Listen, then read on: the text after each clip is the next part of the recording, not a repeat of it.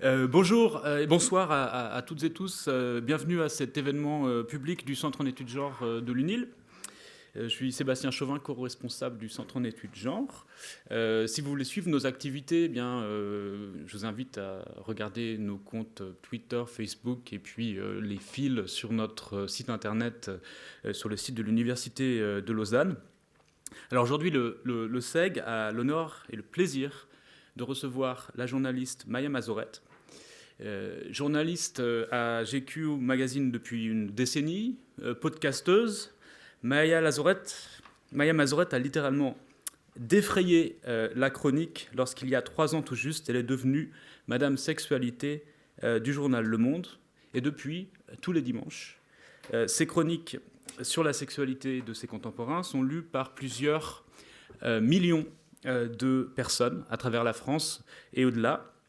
Elles sont commentées, elles sont partagées, mais elles sont aussi critiquées, dénoncées, tellement certaines livraisons déchaînent les passions, certainement parce qu'elles visent juste, tout en jurant assez clairement avec le style sérieux du journal Le Monde. Alors, comment prendre le sexe au sérieux et comment chroniquer la sexualité dans la presse généraliste, et puis avec quelle réaction?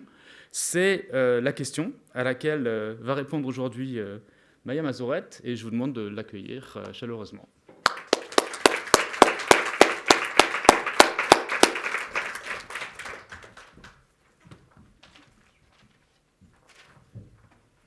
Merci d'être venu. C'est une introduction incroyablement élogieuse. Et donc là, je dois appuyer sur un bouton pour changer les slides. Tadam! Ça marche. Alors, on va parler de prendre le sexe au sérieux. Et c'est pas du tout évident, sinon je serais au chômage. D'autant qu'il y a une grosse différence, et je vais commencer par ça, entre prendre le sexe au sérieux et le prendre au drame. Parce que si vous voulez parler de sexe en parlant de drame, alors là, effectivement, c'est facile, toutes les portes s'ouvrent. Aux États-Unis, ça va passer par un discours assez religieux. En France, notre religion, ça va être un peu la psychanalyse où tout est toujours très dramatique. Si c'est pour parler de maladies, d'infections, de grossesse, d'avortement, c'est pareil. On a droit d'être sérieux via le drame. Et du côté des élites françaises, il y a aussi une fascination pour le côté subversif de Sade, Pauline Réage, Bataille. C'est-à-dire que c'est pas très subversif, en fait, c'est juste violent, mais ça dit pas son nom. Et généralement, la souffrance et l'humiliation qui sont incroyablement cool, c'est plutôt sur le corps des femmes que ça se passe. Si vous écartez toutes ces zones de drame, mais que vous avez quand même envie d'avoir une conversation solide, il vous reste tout le reste. C'est-à-dire qu'il reste les champs intellectuels, émotionnels, charnels, relationnels que vous pouvez imaginer. Il reste à observer ce que les gens font, et évidemment ce que les gens ne font pas. Il vous reste la science, l'économie, la technologie, la politique, la philosophie, l'histoire, la géo, bref, à boire et à manger. Et là, quand vous abordez tout ça, du missionnaire aux théories du genre, du god ceinture à l'éducation des enfants, eh ben c'est la panique, encore aujourd'hui. Et bien sûr, de l'extérieur, en théorie, on est tous complètement libérés. On parle de sexe partout, pas toujours bien. On consomme du porno à l'appel, on sexualise n'importe quoi, n'importe comment. Mais ces discours-là, en fait, ils passent parce que c'est pas sérieux. Parce que la rue, la pub, les discours entre amis, c'est bien connu, c'est pas sérieux. Donc, rien n'est menacé, donc tout le monde est content. En revanche, quand on travaille pour un journal comme Le Monde, qui est le temple du sérieux, avec des colonnes grecques, et bien là, ça coince. Et tant mieux, parce que si ça coinçait pas, il n'y aurait rien à raconter. Donc, comme Sébastien vous le disait, ça fait 3 ans que je tiens cette chronique pour Le Monde. Ça fait 3 ans aujourd'hui. C'est donc mon anniversaire de travail. Il y a une grosse chronique le dimanche sur Internet qui est assez longue, assez copieuse. Et il y en a une plus petite, qui est plus factuelle, qui est sur l'édition papier, que personne ne connaît, que personne ne lit. Cela dit, sur les deux, il y a des résistances. Et les résistances, je suis habituée parce que j'ai commencé à parler de sexe sur Internet en 2001, ce qui fait de moi un dinosaure. Et il n'y avait pas beaucoup de femmes sur Internet à ce moment-là. Il y avait peu de femmes blogueuses. Et dans les commentaires, c'était déjà à l'époque un espèce de déferlement incroyable de haine, de menaces. mais comme c'était la normalité, en fait, à ce moment-là, et je faisais exactement comme je fais maintenant, en fait, le dos rond, et puis ça ne m'a jamais empêché de continuer. Ensuite, ça a été plus simple parce que j'ai travaillé pour des médias spécialisés ou presque spécialisés, c'est-à-dire que j'ai commencé à travailler pour Playboy et New Look, où je tenais déjà une rubrique sexe. Et puis ensuite pour des magazines plus jeunes comme mademoiselle.com ou fluctuate.net. J'ai travaillé pour France Inter. L'an dernier, j'ai donc fait du podcast pour Arte Radio. Et c'est pas toujours facile, mais ça passe. Par exemple, chez GQ Magazine, qui m'emploie depuis donc 10 ans, ça passe parce que c'est le frivole et c'est le plaisir. Et paradoxalement, le sexe, il est apparemment beaucoup plus à sa place entre deux publicités pour des bagnoles ou des montres qu'entre deux conflits sur la géopolitique, alors qu'en vrai, on devrait être dans la géopolitique. Et que le monde prenne le sexe au sérieux, prenne le sérieux au sexe, depuis 3 ans, c'est autre chose, et c'est récent. C'est d'autant plus bizarre qu'un journal plus conservateur comme Le Figaro avait commencé à en parler vachement avant. Et Libération, plus du côté gauche, avec l'anthropologue Agnès Giard, avait commencé vraiment encore plus avant. Et je précise quand même pour la forme qu'au Monde, ils avaient déjà fait une tentative de blog sexe il y a quelques années, qui n'avait pas duré longtemps et que je ne sais absolument pas pourquoi ça s'était arrêté. Et c'est vrai qu'aujourd'hui, on pourrait se dire, mais comment, si on est un journal sérieux, très très sérieux, comment ne pas parler de sexe ? Alors, depuis 1 an, avec le mouvement MeToo, il y a une actualité qui est aussi une urgence et un air du temps. Mais bon, avant ça, les gens faisaient déjà des bébés. Il y avait déjà des débats sur la prostitution, sur la pornographie. Il y avait déjà des agressions, du harcèlement. On avait déjà des représentations artistiques, comme le plug géant à Paris, qui bousculaient les normes de l'obscène. Et donc, aujourd'hui, là, en novembre 2018, le procès en légitimité, il n'est toujours pas terminé. Et en fait, on va passer, pendant le temps qu'on va passer ensemble, pas mal de temps à regarder en fait, les commentaires que je reçois, qui peuvent être tirés en fait, soit directement du site du Monde, soit de Facebook, soit de Twitter, mais c'est beaucoup Facebook. Parce que évidemment, ça suscite beaucoup de commentaires. Et attention, parce que ceux que vous voyez en ligne, si vous les consultez après, ne sont pas ceux que moi je vois. Parce qu'il y a une équipe de modérateurs qui passe derrière pour enlever ceux qui sont les plus violents, parce que c'est illégal. Donc on peut avoir l'impression que le discours a posteriori est beaucoup plus apaisé qu'il ne l'est. Si vous suivez en fait minute après minute, vous voyez des choses passer qui sont très, très haineuses et très illégales. Pour la petite histoire, quand Le Monde m'a embauchée, ils ont voulu me faire la modération de mes propres articles, ce à quoi j'ai évidemment dit non. Si jamais on vous propose une chose pareille, ne faites jamais ça. Donc ce qui est intéressant avec les commentaires, c'est que ça montre là où ça coince. Ça montre les limites du sérieux, du pas sérieux, du légitime. Et je vais commencer par un truc de fac, puisque je parle dans une fac. Je vais commencer par le dictionnaire. Non. Non. Eh bien, c'est pas grave. Il manque un slide. La définition de ce qui est illégitime, c'est ce qui se situe hors des institutions établies par la loi, en particulier hors de l'institution du mariage, ce qui est contraire au bon droit, à l'équité, à la morale, ce qui n'est pas fondé, à quoi on ne trouve aucune justification raisonnable. C'est le Larousse. Donc, traduction, mon boulot consisterait à parler de choses non institutionnelles, pourquoi pas. Des choses contraires au droit, oui, effectivement, et heureusement, en tant que journaliste, qu'on ne parle pas que des choses légales. Ces choses contraires au bon droit peuvent évidemment être contraires à la morale. En même temps, j'ai raté l'épisode où on avait un consensus sur ce qui est moral ou pas. Le discours sexuel serait infondé. Merci pour les chercheurs et penseurs qui passent leur vie à travailler là-dessus. Et le discours serait profondément déraisonnable, et ça aussi, je l'entends tout le temps. Donc, pour résumer, le discours sexuel est un amas informe de mots sans queue ni tête, pervers et antisocial. Ça, c'est moi. Et ça commence avec la légitimité de l'objet sexe lui-même. Et là, j'étais passée au suivant. Voilà. Je ne pense pas que les résistances au discours sexuel viennent particulièrement de personnes conservatrices. Ça vient de partout. Pour beaucoup de grands réticents, on n'est pas tant dans la haine que dans un conflit de valeurs, et comme il y a plein de valeurs qui rentrent en contradiction les unes avec les autres, ça peut venir un peu de tous les côtés. Donc sur le côté indigne de l'objet sexe dans la presse, on commence un petit peu avec la question de l'irrationnel. Le sexe, il ne faut pas en parler. Pourquoi ? J'en sais rien. Mais avec des commentaires un peu plus construits. D'abord, il ne faudrait pas en parler parce que le sexe est un sujet privé. Et là, c'est marrant parce que certaines personnes ont l'impression que tout discours sexuel les concerne directement. Et peu importe de quoi je parle, c'est toujours de leur vie. Non, mais c'est assez fou quand même. Parce que pour eux, le sexe échappe au général, échappe à la statistique, échappe au collectif. L'intime ne peut pas être quantifié, il ne peut pas être observé.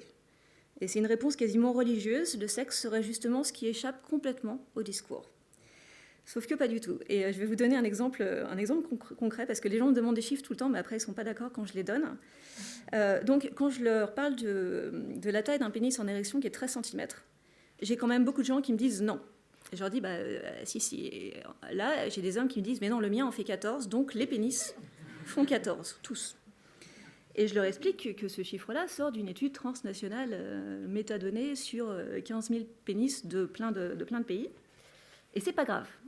C'est toujours impossible pour eux de concevoir que leur pénis ne soit pas le pénis originel, le pénis de tous les pénis. Parce que, et en plus, au cas où leur expérience sous leur douche ne suffira pas, ils disent, ouais, mais quand même, je vais au vestiaire au foot, donc je sais bien que le pénis en fait 16, 18, 8. Et en même temps que le sexe ne peut pas être collectif, énorme contradiction, il serait naturel.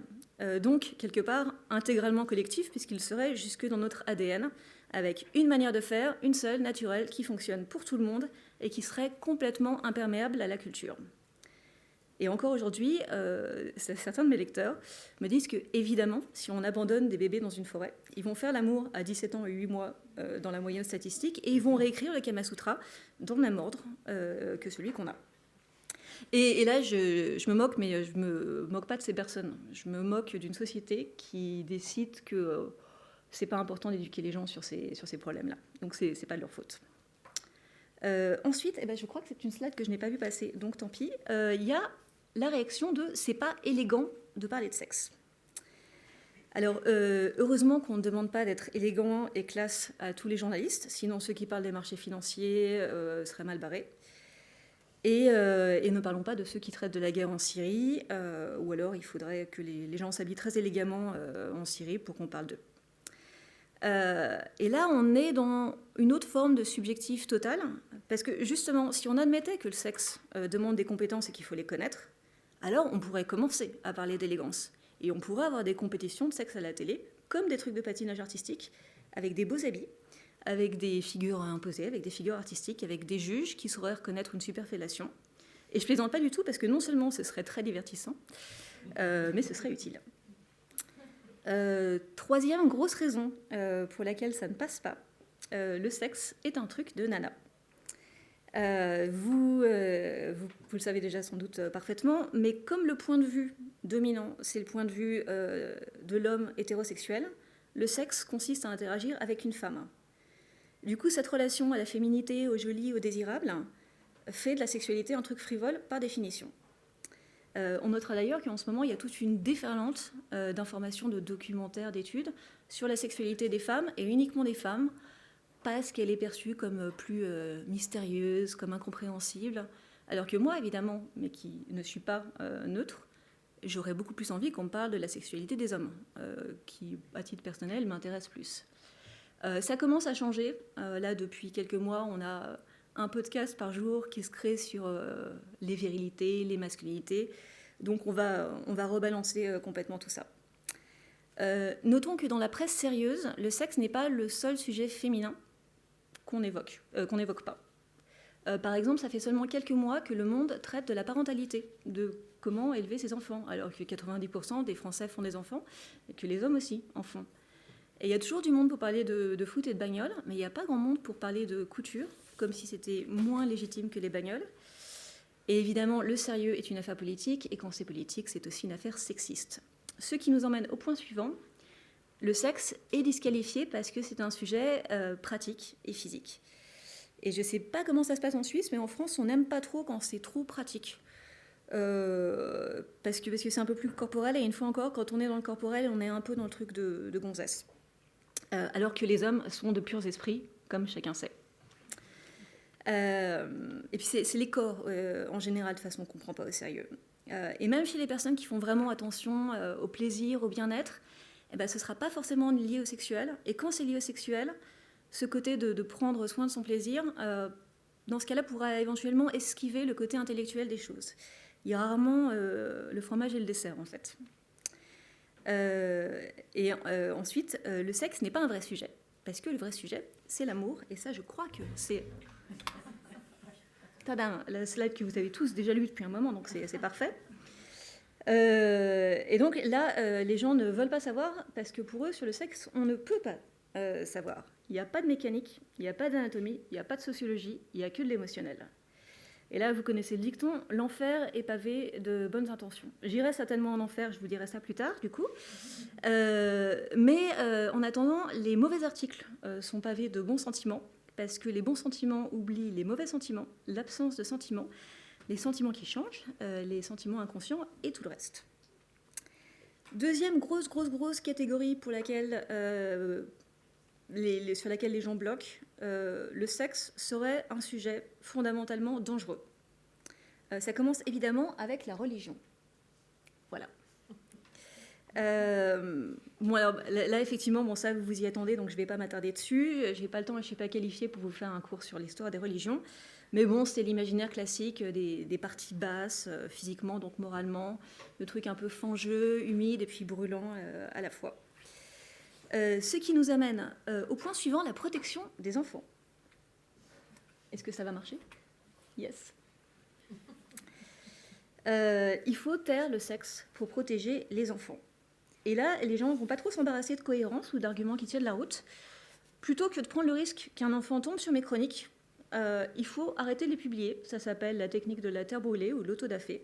Donc des techniques qui ont une super réputation. Moi, ça me rend folle. Donc pour mettre les choses au point, j'ai raté à quel moment le monde était devenu pif-gadget et les enfants allaient se battre pour lire un journal qui principalement parle de fusillade de masse en Californie.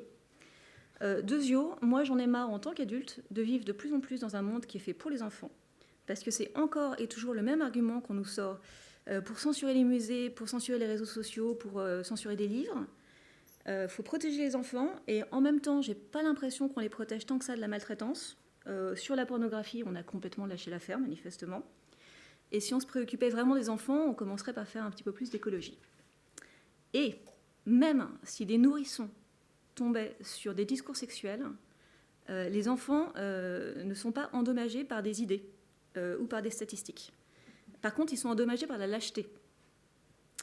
Et si on a du temps, on pourra en parler après, mais moi, j'ai été une enfant qui a été exposée à des discours et des images sexuelles très jeune, et ça ne m'a pas empêchée d'être d'une innocence consommée, encore aujourd'hui. Et donc voilà. Et donc du coup, on retombe sur ce que je disais tout à l'heure, la certitude que le sexe est naturel, auquel cas il n'y a rien à apprendre, rien à dire et rien à enseigner. C'est-à-dire que ces gens-là qui ont enseigné à leurs enfants à dormir, à aller aux toilettes, eh ben, ils pensent qu'il ne faut pas leur apprendre à faire l'amour ou à prendre du plaisir. Eh ben, dans ces conditions, il ne faut pas s'étonner si les ados ont subitement envie de lire Le Monde. Point suivant, l'accusation de saleté. Yes. Parce que le sexe se situe dans la continuité d'affects religieux, culturels et peut-être biologiques, il ne faut pas parler de sexe parce que c'est sale, les organes sont sales, la proximité avec les zones de miction et d'excrétion est sale, les gens qui font du sexe et qui s'intéressent au sexe sont sales. C'est un dégoût intellectuel et charnel, mais c'est très très émotionnel et ça rend assez compliqué le fait de répondre à ces personnes-là parce qu'on échappe en fait complètement au rationnel. Et c'est bien dommage. J'arrive pas à tourner mes pages.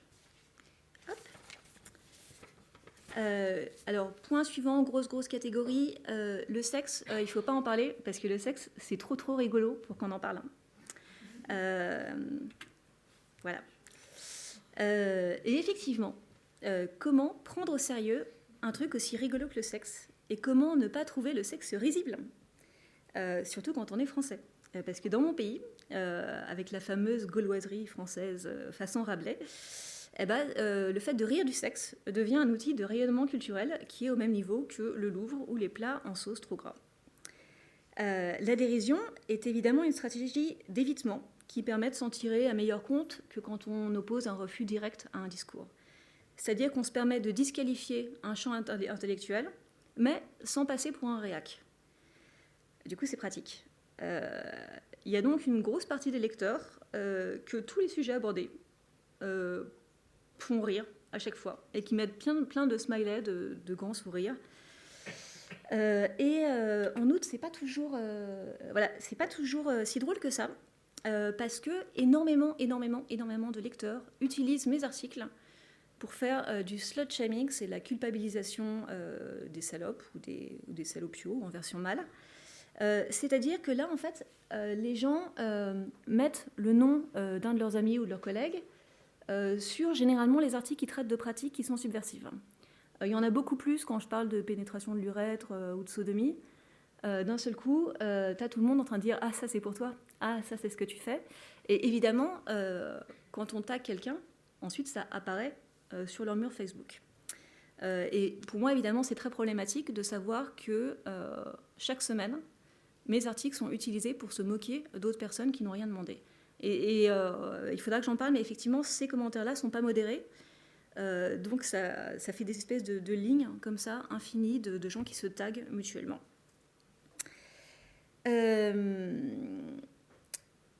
Évidemment, parce que c'est rigolo, c'est aussi au niveau des dirigeants ce qu'on nous demande de faire en tant que journaliste. On nous demande des choses ludiques. Le sexe serait un jeu, on fait des galipettes, il faut décomplexer, mais quand on décomplexe, on rend souvent moins complexe. Dans le choix des sujets, ça veut souvent dire que moi, on va me demander surtout si j'ai fait un truc un peu théorique, de rattraper la semaine d'après avec un sujet plus pratique. Et c'est pas un problème, mais les gens manifestement veulent plus savoir comment faire une levrette que comment est-ce qu'on a inventé le concept d'homosexualité. Et même si ça commence à devenir moins vrai, surtout depuis un an, le discours drôle reste celui qui passe le mieux. On lit des choses sexuelles pour se divertir et pas pour s'instruire. Et ce qui n'aide pas, c'est que le modèle de la journaliste sexo qui existe encore aujourd'hui, c'est évidemment Sex and the City, qui renvoie à un imaginaire du divertissement, du truc un peu marrant, des robes, et aussi de journalistes qui n'écriraient qu'avec leurs propres expériences. Ce qu'évidemment, on me remet dans la figure tout le temps, et on en parlera après.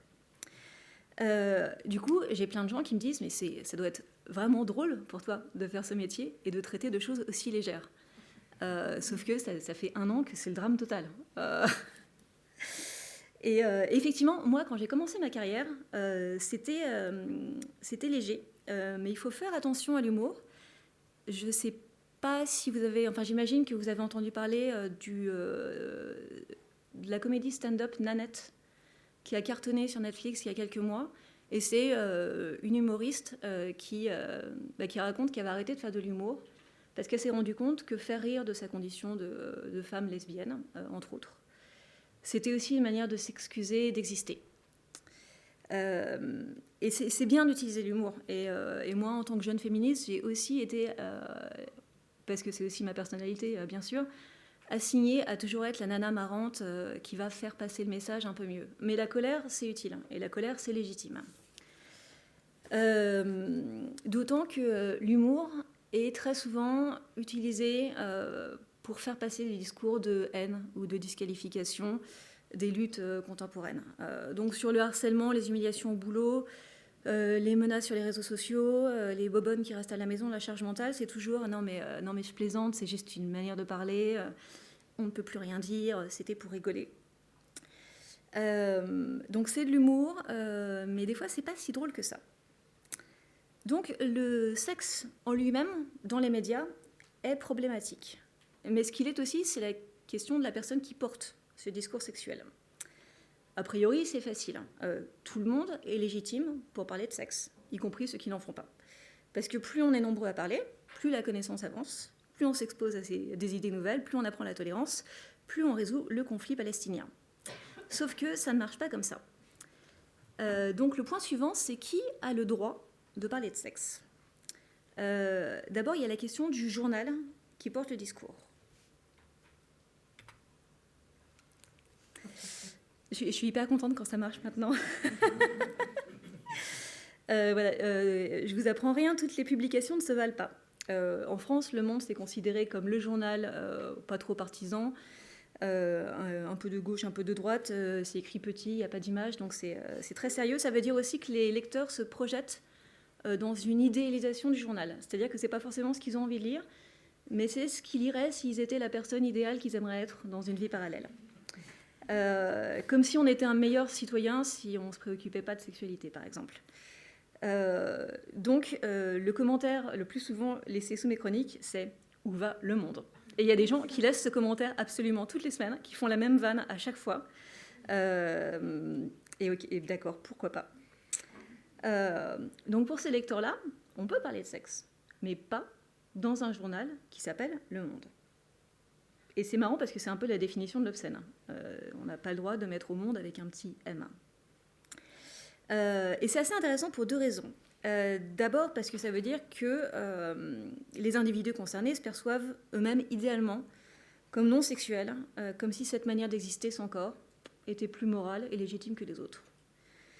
Deuxièmement, parce que ces personnes ne voient pas la continuité entre les sujets sexuels et non sexuels. C'est-à-dire qu'on leur parle d'une guerre, et ensuite, des fois, on va leur parler du viol comme arme de guerre, ce qui évidemment questionne les viols qui se passent dans leur rue et peut-être sous leur toit, ce qui évidemment interroge la culture du viol à la machine à café. Et cette diagonale-là, il y a plein de gens qui ne la voient pas. Et c'est effectivement ce qui s'est passé aussi beaucoup autour du mouvement MeToo, où on a eu une armée de redresseurs de tort qui sont venus nous dire que, mais enfin, une main aux fesses, c'est pas la même chose qu'un gangbang dans une cave.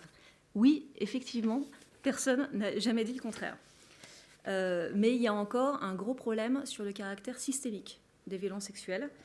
On veut toujours prendre les choses par l'anecdote, le petit bout de la lorgnette, et pas parler du système qui permet ces choses, qu'elles soient bonnes ou mauvaises d'ailleurs. L'autre question qu'il faut se poser, c'est où ce discours se case dans un journal sérieux, parce qu'il y a des pages qui sont plus sérieuses que d'autres. Jusqu'à très récemment, le discours sexuel était éparpillé un peu partout, notamment en santé et société. Comme si, pour parler d'économie, au lieu d'avoir des pages économie, on aurait un peu d'économie en politique, un peu en environnement, un peu en gastronomie, un peu en voiture, un peu partout. Il y a une vraie résistance à faire du sexe un sujet entier qu'on ne divise pas pour mieux régner. Cette résistance, elle est encore là. Sur le site du Monde en ce moment, il faut cliquer 54 fois, 3, pour accéder à mes articles. Mais il faut aller quand même dans 3 sous-catégories. Par exemple, le sexe appartient au magazine et pas au journal, c'est-à-dire au temps long et pas au temps court. Dans le magazine, il appartient à l'époque, au personnel, puis au sexuel. Alors, les pratiques sexuelles sont-elles le fruit d'une époque ? Oui et non. Est-ce que c'est une question purement personnelle ? Certainement pas. Donc, comme vous le constatez, il y a encore du boulot à faire. Et ça, c'est assez intéressant à observer dans les magazines féminins, qui historiquement ont beaucoup fait avancer le fait de traiter le sexe d'une manière sociétale. Et dans ces magazines, souvent, le sexe est rangé dans une sous-catégorie amour, comme si on couchait toujours par amour, ou comme si l'amour nécessitait de coucher. C'est vrai surtout pour les publications destinées aux femmes plus âgées, chez Elle ou Marie-Claire, aux femmes actuelles. Il y a une catégorie horoscope en énorme, partout. Ça me rend folle. Mais il n'y a pas du tout de catégorie sexe, même dans les sous-catégories. Donc vous saurez comment maquiller votre mari ou perdre du poids, mais vous ne saurez pas comment prendre soin de votre vagin. Et dans la presse destinée aux jeunes femmes, là par contre il y a des onglets qui sont bien visibles. Alors comment se fait-il que manifestement, après 35 ans, les femmes n'aient plus droit d'être informées sur la sexualité ? J'ai plusieurs théories sur la question, je ne sais pas laquelle est la vraie. Soit on présume que les femmes de cette génération perdent tout intérêt pour la chose, pourquoi pas. Soit on considère qu'elles sont archi compétentes, qu'elles savent déjà tout et qu'elles n'ont pas besoin de conseils et pas besoin d'informations. Soit on prend la décision de les exclure parce qu'elles sont exclues du marché de la séduction et éventuellement de la maternité. Soit on considère que ça les choquerait, mais là on rate le fait que les femmes qui ont 65 ans aujourd'hui avaient 18 ans en mai 68, donc a priori elles en ont vu d'autres. Et personnellement, moi je voterais pour un ensemble de choses évidemment, mais pas pour la théorie du complot. Je pense que sur ce public-là, après avoir été sexualisés toute leur vie, peut-être qu'elles ont juste envie qu'on leur lâche un peu la grappe avec le sexe, ce qui est complètement légitime. Notons aussi que la manière dont le sexe a été traité dans les magazines féminins a été énormément décriée, à juste titre, et que ce traitement-là a fait reculer la légitimité du discours sexuel. Et je ne veux pas généraliser, mais il y a des journaux qui ont vraiment donné un exemple désastreux.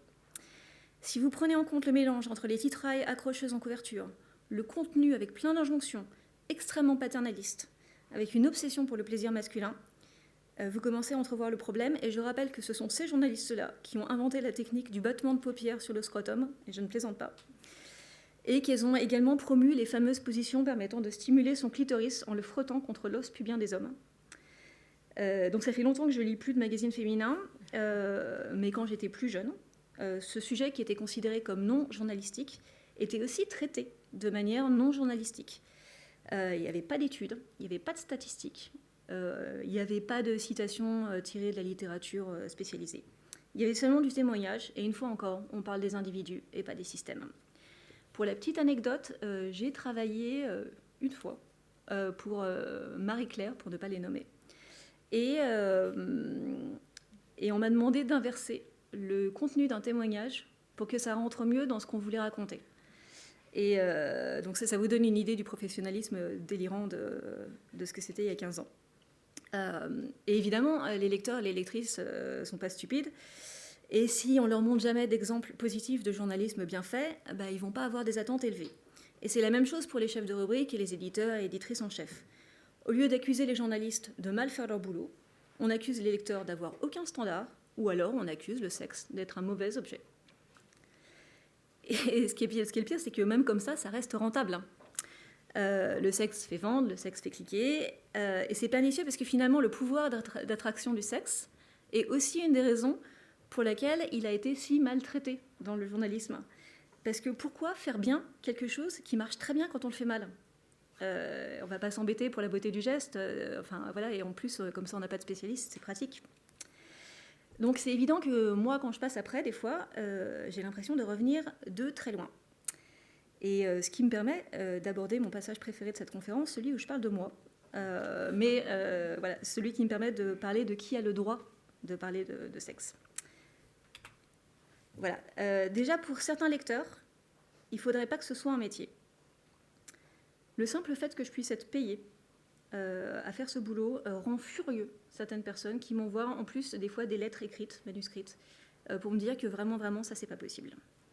À l'inverse, mais c'est finalement l'exacte même idée retournée, il y a des gens qui ne conçoivent pas que je puisse être payée. C'est-à-dire que dans ce cas-là, c'est l'argument stagiaire, ce qui est très, très flatteur, car j'ai 40 ans quand même, mais il y a un souci avec le fait que ce soit une spécialité.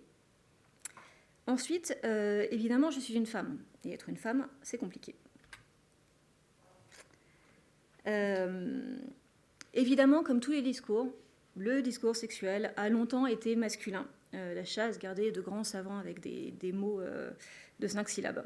Et donc, comme femme, je suis incompétente parce que j'ai un petit cerveau. Et pourtant, ça n'empêche pas que la plupart des personnes qui font ce métier aujourd'hui sont des femmes. Et j'ai pas fait de recensement spécifique, mais sur les personnes qui ne parlent que de sexe dans la presse française, je connais seulement 2 hommes. Et tout le reste, c'est des femmes. Et on s'entend tous très bien, et c'est très sympa. Et évidemment, c'est aussi le cas parce que c'est un sujet de femmes, donc il va être mieux traité par les femmes. Et aussi parce que, et ça on me l'a dit quand je suis rentrée chez Playboy, que c'était bien que ce soit une femme qui parle de sexe, parce que si j'étais un homme, forcément je ferais ce boulot parce que je serais un gros pervers. Ce qui signifie en creux que moi, je suis une oie blanche et que je m'intéresse au sexe uniquement de manière théorique et que je ne pratique jamais. Et c'est encore ce truc de quand c'est une femme, c'est moins sérieux. Si c'est moins sérieux, c'est moins grave. Donc, tout le monde est très en sécurité. Point suivant, évidemment, en tant qu'individu, vous êtes le cœur et le corps de votre sujet. Donc ça, c'est très répandu, ce que vous lisez. Pour le public, pour une solide portion du public, tout discours sexuel est un discours personnel. Donc toutes les semaines, sans exception, je me coltine des commentaires qui expliquent que mes articles sont des fantasmes déguisés ou au contraire, qui décrivent ma vie intime de manière réaliste. Et évidemment, ça, c'est des choses en ligne, donc c'est pas grave, mais ça a des répercussions sur ma vie réelle. Ça veut dire que ça m'est arrivé d'avoir des gens qui refusent de m'inviter à la maison parce qu'ils sont persuadés que je vais coucher avec tout le monde. Non, ce qui est quand même hyper bizarre, c'est-à-dire qu'à la rigueur, je devrais être la personne qui aurait les standards les plus élevés du monde et les gens pensent que j'en ai aucun. C'est un peu vexant. Et là, en ce moment, hier et encore ce matin, j'ai un lecteur qui, depuis des années, mais là qui est en crise complète, m'envoie 40 messages par jour. Et tu n'es pas là, Philippe, dans cette salle. Non, c'est bon, il n'est pas là. Toujours dans le personnel, la question des origines. C'est effectivement très légitime de la part des lecteurs de se demander de quelle classe sociale j'écris et de quel environnement j'écris.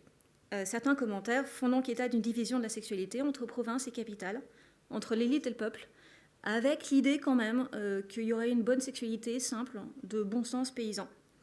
Et à quoi s'opposerait en fait la décadence des salons parisiens avec des boudoirs et des dorures, autant d'endroits où je n'ai jamais été invitée. L'autre côté de ça, c'est la peur de l'étranger, la peur du grand remplacement, de l'acculturation, et notamment celle qui viendrait des États-Unis. Cette attention aux origines peut se doubler aussi d'un discours de haine raciste. On peut avoir tort quand on est installé à l'étranger, ce qui est effectivement mon cas, mais aussi quand on est française, mais aussi éventuellement quand on est blanche.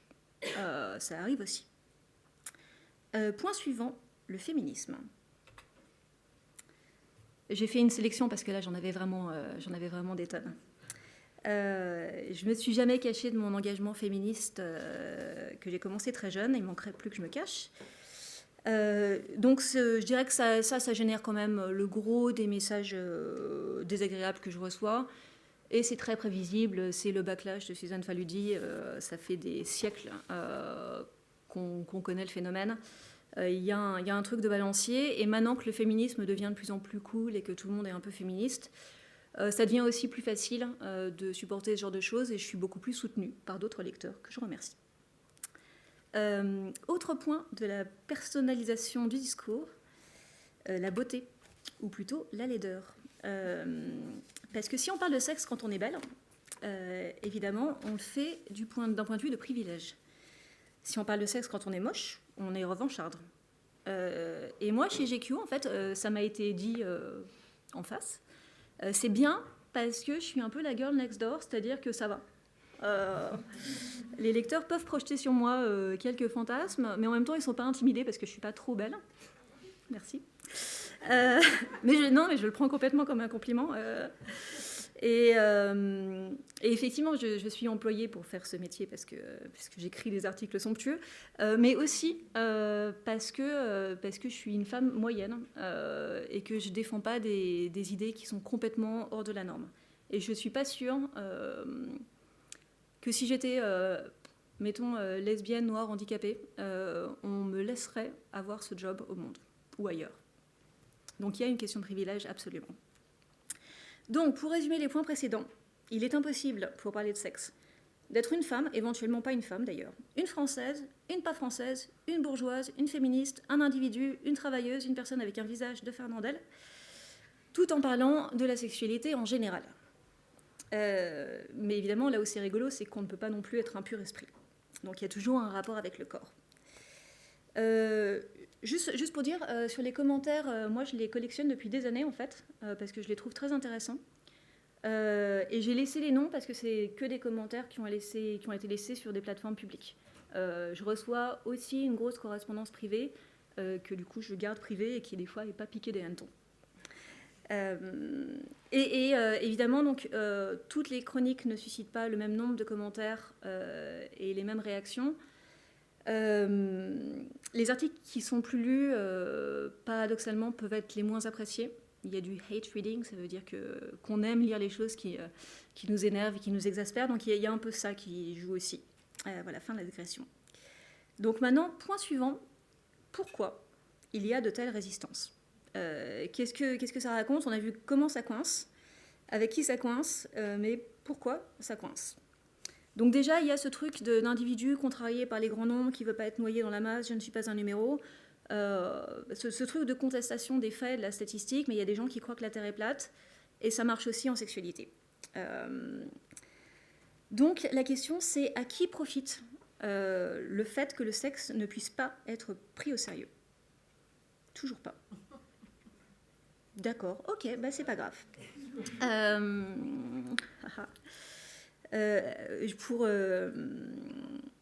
J'avais mis un super slide avec le pape Benoît XVI, avec des signes Illuminati et des trucs comme ça,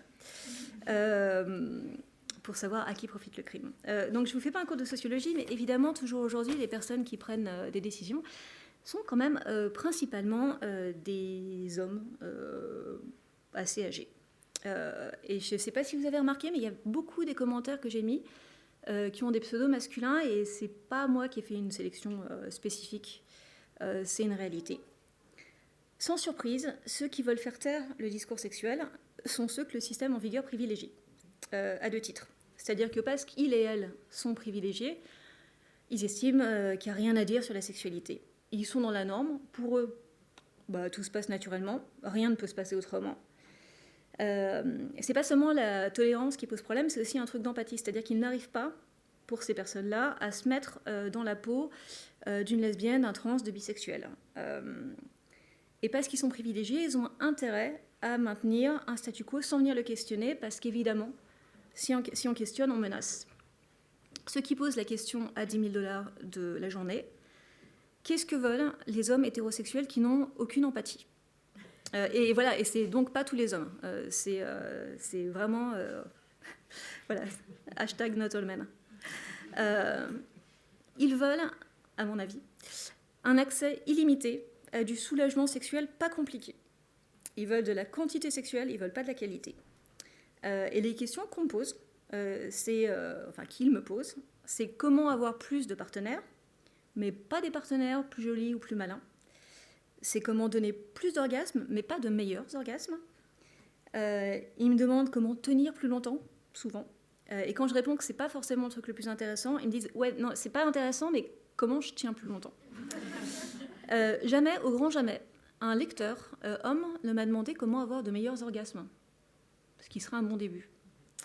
Et quand je partage des techniques qui permettraient d'en avoir, j'ai l'impression que théoriquement ça les intéresse, mais passer à la pratique, pas du tout. Donc, à mon avis, ces lecteurs-là n'ont pas envie de changer les modalités de leur vie sexuelle, même quand cette vie sexuelle ne marche pas. C'est-à-dire qu'ils préfèrent une sexualité médiocre qu'une remise en question. Ce qui veut dire que la remise en question est plus douloureuse et dangereuse que le sexe mauvais ou ennuyeux.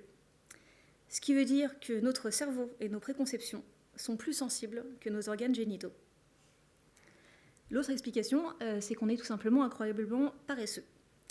Donc ici, slide imaginaire des chroniques qui ont c'est pas grave, qui ont le mieux marché ces 5 derniers mois. Et je parle vraiment de plein de choses dans mes chroniques. Et celle qui a le mieux marché, c'est celle où je parle du sexe vaginal en missionnaire. Donc ça dit quand même quelque chose. Et évidemment, là, je fais preuve d'une incommensurable mauvaise foi, parce qu'en fait, sur les 3 dernières années, ceux qui ont plus marché, c'est numéro 1, comment sodomiser son mari, et numéro 2, comment pénétrer un pénis par l'urètre. Mais qui étaient aussi ceux qui avaient fait hurler... j'ai entendu les hurlements depuis les États-Unis. C'était bien. Donc, il y a ce truc chez les hommes qui veulent pas changer, qui veulent pas apprendre, en fait, que eux, ils ont appris le sexe une fois, ça marche à peu près, en tout cas, ça fonctionne pour eux. Donc, ils ne veulent pas prendre le risque de perdre ça, parce que c'est trop important. Et même quand on explique que ça peut être vraiment bien de changer ses basiques, eh ben, c'est non. Parce que c'est un peu le truc de « un tien vaut mieux que 2 tu l'auras ». Il vaut mieux avoir du sexe un peu routinier que prendre le risque de peut-être plus en avoir, en fait. Et les partisans du silence sont des hommes qui ont à perdre leur pouvoir de définition de la norme sexuelle. Cette norme, vous la connaissez par cœur, c'est le script psychosexuel. On s'embrasse éventuellement, on se caresse, préliminaire les jours de fête, pénétration, éjaculation, extinction des feux. C'est évidemment minuscule comme amplitude des pratiques sexuelles. Par rapport à tout ce qui est possible, c'est complètement aberrant en fait. Mais c'est encore aujourd'hui le champ hégémonique de loin. C'est celui qu'on voit principalement à la télé, c'est celui qu'on a en tête quand on pense au premier rapport, à la perte de la virginité, ou à la question de savoir si la fellation c'est un rapport sexuel ou pas. Ma théorie, c'est que ces pratiques normales apporte le meilleur ratio effort-plaisir pour un corps masculin cisgenre hétérosexuel. Pardon pour le jargon. C'est-à-dire la jouissance la plus assurée en un minimum de temps. Donc c'est assez égoïste, mais c'est complètement logique. Et on sait que le sexe pourrait être meilleur, mais il faudrait se donner du mal. Et dans les péchés capitaux, la paresse passe bien avant la luxure. Au niveau pratique, les indices ne trompent pas. On continue de se focaliser complètement sur le pénis. On n'autorise aucune pratique susceptible de subvertir une virilité de pénétration. De manière intéressante, si on joue bien son coup, j'ai l'impression que, comme le rapport commence avec un pénis qui est déjà en érection et qu'ensuite le mec court se rhabiller, éventuellement, il y aurait la possibilité qu'on ne voit jamais le pénis à l'état flaccide, c'est-à-dire qu'on invisibilise complètement l'état de non-érection. Et je ne pense pas que ce soit un hasard. Évidemment, on ne s'occupe pas de ses partenaires, on fait semblant. C'est ça les préliminaires. C'est-à-dire qu'on fait mouiller la fille exactement suffisamment pour qu'on puisse la pénétrer. C'est-à-dire que ce n'est pas du tout pour lui faire plaisir, c'est pour faire semblant. Parce que le vrai programme, le plat de résistance, lui, ne peut pas attendre. Parce que si on attendait, on pourrait débander. Et ça, c'est pas possible, parce qu'ensuite, du coup, on n'est plus un homme et le monde s'écroule. Évidemment, quand on est une femme plutôt hétéro comme moi, c'est un peu usant parce qu'on est toujours plein au lit. Parce que y a toi, l'homme, et tous les autres hommes, passé, présent, futur, fictionnels ou réels, qui regardent et qui mettent la pression sur les compétences et les érections de la personne avec qui on est. Et même quand on aime le sexe à plein, c'est beaucoup trop de gens dans un lit. Bah oui, hein. Donc on a une sexualité un peu rassurante, mais très très étroite, et qui est tellement banale qu'évidemment on se retrouve à faire tout le temps les mêmes choses. Jusqu'au moment où on s'ennuie, et on ne comprend pas pourquoi. Au bout du 10 millième sandwich jambon-beurre de la sexualité, on en a marre du jambon-beurre. Et là, ensuite, les gens m'écrivent des messages de 25 pages sur Facebook pour dire « Mais Maya, je ne comprends pas. C'est plus comme avant. » Donc, et moi, évidemment, je réponds « Mais vous avez tenté le jambon-fromage ou un truc comme ça ?»« Ah, bah non. Alors, évidemment. Alors, mais pourquoi pas ? Pourquoi pas ? Parce que les gens sont contents, en fait, quand on regarde les statistiques. Évidemment, les chiffres changent, mais en gros, entre 3/4, 80% des gens sont satisfaits de leur vie sexuelle. Donc, dans l'arbitrage qui se présente à eux, ils préfèrent être rassurés plutôt que tenter le diable. Et ça se défend. Juste en sexe, l'excitation, c'est un peu la condition. Donc, c'est dommage de ne pas prendre de risques. Ensuite, ce qui me perturbe par rapport à ça, c'est qu'ensuite, les gens se vantent de leurs exploits. En France, notamment, on prétend aimer le sexe. On prétend faire partie d'une culture qui aime le sexe. Là, c'est encore autre chose. Et les personnes qui viennent mettre des commentaires ou demander, écrire au Monde pour demander que je sois licenciée, elles disent jamais qu'elles détestent le sexe. Elles disent qu'elles adorent le sexe et qu'elles aiment le sexe beaucoup plus que moi et beaucoup plus que vous tous. Et c'est vachement dur, en fait, d'aller dire aux gens, si vous aimez le sexe, vous, au contraire, vous voudriez apprendre, vous essayeriez autre chose et vous voudriez en parler. Exactement comme pour la nourriture. Si vous aimez manger, vous avez envie de débattre de quel fromage suisse ou quel chocolat est le meilleur. Et si vous sortez au restaurant, vous n'allez pas commander un jambon-beurre. Donc on a un double discours qui est « parce que j'aime le sexe, je ne veux pas en parler ». Plus j'aime le sexe, moins j'en parle, et plus on en parle, moins on en fait. Et imaginez si ça marchait pour tous les autres sujets. C'est-à-dire que vous diriez « j'adore la randonnée, ne me parle surtout pas de randonnée ». J'adore la politique, mais pour préserver la gloire de la politique, il faut surtout jamais en parler. Donc ma théorie, c'est que les gens, hashtag pas tous les gens, sont fascinés par le sexe justement parce qu'ils ne le pratiquent pas. C'est leur vie rêvée, c'est comme fantasmer sur des palaces ou des sacs à main. C'est une espèce de frustration aspirationnelle, une espèce de rêverie comme ça. Sauf que le fantasme d'une sexualité géniale et enthousiasmante, on peut se l'offrir, ça coûte rien, ça coûte un peu d'effort, d'accord, et une bonne santé physique et relationnelle et des partenaires sympas. Mais effectivement, une fois encore, c'est un effort, alors qu'en sexualité, on nous promet plutôt la paresse. Et donc, je reviens à mes moutons. Quand on fait mon boulot, on peut évidemment pas écrire 500 articles par an sur le script caresse, préliminaire, pénétration. Aujourd'hui, le Kama Sutra. Aujourd'hui, décorer sa chambre à coucher. Aujourd'hui, la sodomie sur les femmes, seulement sur les femmes. Parce qu'il y a une actualité, parce qu'il y a des possibilités, parce qu'il y a une culture incroyablement riche à faire découvrir, je parle non seulement des alternatives à la sexualité dominante, mais de comment modifier cette sexualité dominante pour la rendre plus inclusive et plus agréable. C'est-à-dire que forcément, si je fais correctement mon boulot, je conteste le statu quo. C'est pas pour embêter les gens. Donc je mets en danger la sexualité des privilégiés et je demande aux lecteurs et aux lectrices de prêter attention au fait que ces autres options existent. Il ne s'agit pas de les encourager parce que je ne suis pas un gourou. Pas encore. Mais rien dire que ces pratiques existent, ça reste subversif. Ça veut dire qu'un autre monde sexuel est possible. Et en sexualité, il y a certains lecteurs qui ne savent pas qu'un autre monde est possible, qu'un autre ordre est possible, ou qui soit souhaitable. Et on leur a bien expliqué que les alternatives à la sexualité de base, c'est un truc de pervers, ou de queer, ou de tapette, et ils pensent tout de suite à des choses assez kitsch, genre les boîtes échangistes avec de la lumière rouge. Ils se disent qu'il va falloir creuser aussi dans les aspects un peu plus sombres et dangereux de la sexualité. Ils vont penser au BDSM, à la contrainte, à la douleur, ils vont penser à la perte du lien privilégié avec un partenaire quand on va changer de partenaire. Ils vont penser au travestissement, et puis là ils se disent que du coup ils n'ont pas le bon corps pour ça, que ça ne va pas marcher. Du coup il y a aussi une chose qui est offrir des alternatives à l'alternative. Parce qu'en fait les gens ne savent pas qu'on peut faire autre chose en ne faisant aucune concession à son intégrité physique et émotionnelle et ce qui nous sécurise. Et c'est important de dire ça aussi. Parce que les trucards, c'est pas pour tout le monde. Il y a des gens que ça n'intéresse pas du tout. Et évidemment, quand on parle d'alternatives qui ne sont pas dangereuses, bah là, forcément, les gens n'ont plus aucune excuse pour ne pas y aller, à part la paresse. Donc, je mets en danger le confort des hommes, de certains hommes évidemment, et la paresse de tout le monde. Les lecteurs qui résistent, ils veulent pas mieux, ils veulent pareil. Ils veulent que ça reste comme ça, qu'on n'en parle plus, stop, c'est fini. Et c'est normal, parce que eux, si on considère que les hommes ont été toujours dominants, c'est eux qui ont écrit l'histoire, c'est eux qui ont écrit l'histoire sexuelle, et ils ont écrit une histoire qui leur convient. Une histoire facile. Sauf que moi, je suis une femme.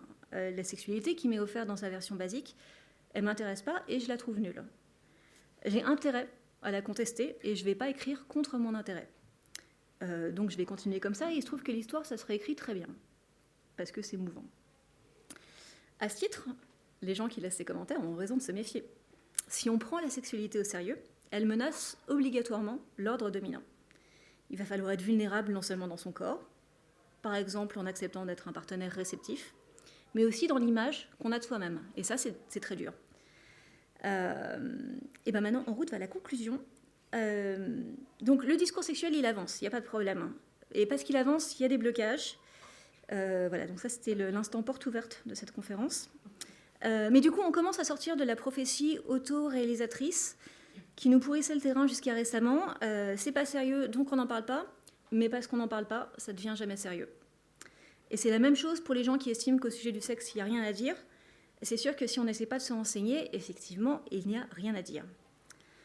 Donc pour le commun des consommateurs de presse, on est passé d'une omerta journalistique totale à une lente montée en puissance, grâce à Internet par exemple, jusqu'à une frénétique montée en puissance depuis 1 an et 1 mois. Et effectivement, depuis le mouvement MeToo, c'est plus la même histoire. Au point que la philosophe Camille Froide-Vaumetry parle de tournant génital du féminisme. Donc on est dans la politique et on est dans le génital. Et cette conversation génitale, elle ne s'adresse pas seulement à 3 personnes dans un boudoir imaginaire parisien, elle s'adresse à tout le monde. Et bien sûr, on n'a pas attendu MeToo pour poser des questions qui fâchent. Et si MeToo fait reculer le silence, il ne fait pas non plus avancer tous les sujets sexuels au même rythme. Parce que depuis un an, et là je reviens au début, on re-rentre complètement dans le drame. Et c'est un peu embêtant parce qu'à la rigueur, on est à deux doigts de l'effet inverse du truc gravelé où le sexe est toujours rigolo. À la rigueur, on pourrait se dire que maintenant, le sexe n'est plus jamais rigolo. Et on peut même se demander si cette gravité, qui est absolument nécessaire bien sûr, va pas influer sur tous les sujets et que dès qu'on parle du Kama Sutra, on se dit ouais mais sans se blesser.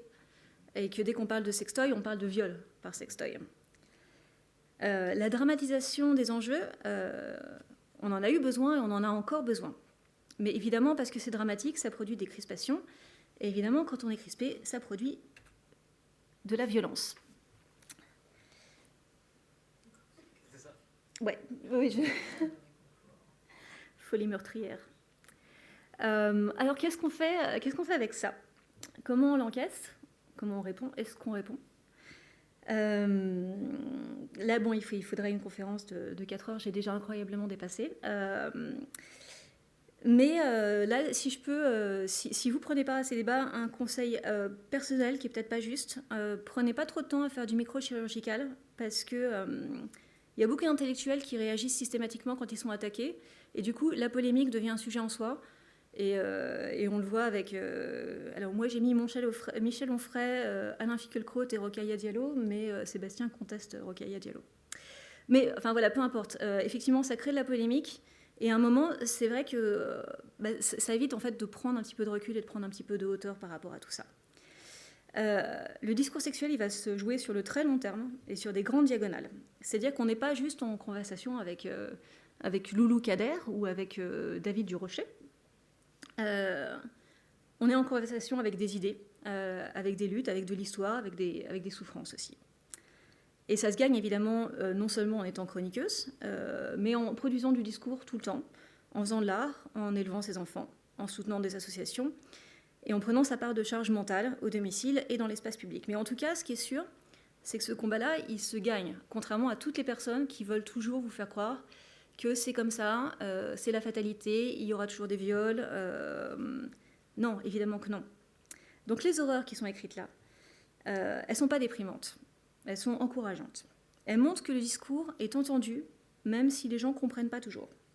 Elles montrent que les gens sont engagés, même si c'est contre le sexe. Elles montrent évidemment le chemin à parcourir. Donc il ne faut rien lâcher et faire monter en légitimité, parce que l'humanité, rien que ça, a intérêt à ce qu'on le fasse. Et je ne dis pas ça pour me flatter, mais les enjeux liés à la prostitution, au consentement, à la filiation, évidemment, à la pornographie, à la technologisation du sexe, à son impact commercial, à ses représentations, il y a plein de choses à dire.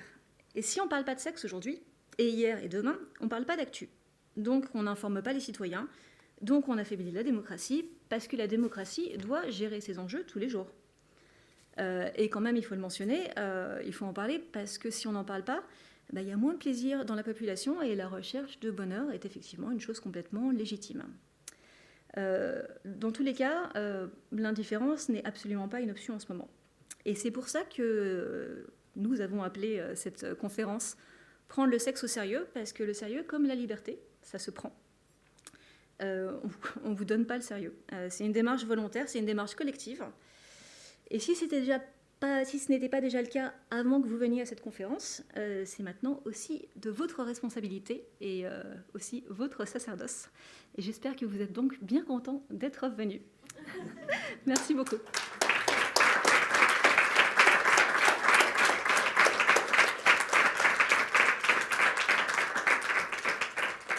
Et donc, on a environ une demi-heure durant laquelle Maya peut répondre à vos questions, à vos commentaires sur sa conférence, sur ses chroniques, sur l'activité, l'engagement de ses lecteurs intéressés par ces chroniques telles qu'on peut le voir dans cette page. Voilà, une demi-heure, jusqu'à 7 heures. Et je vais vous passer le micro, c'est mon rôle.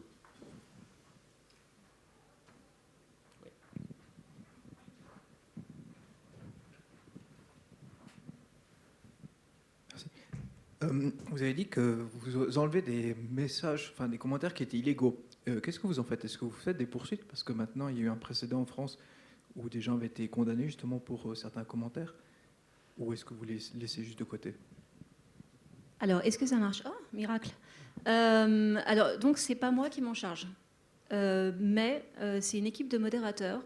Et effectivement, quand c'est de l'incitation à la haine, je pense que par exemple, là-dessus, il n'y en a plus aucun qui est en ligne. Non, il n'y a pas de poursuite. Mais si jamais moi, j'avais envie d'engager des poursuites contre quelqu'un qui me harcèle, comme c'est le cas en ce moment, par exemple, je sais que je suis soutenue par Le Monde qui mettra à disposition son équipe juridique.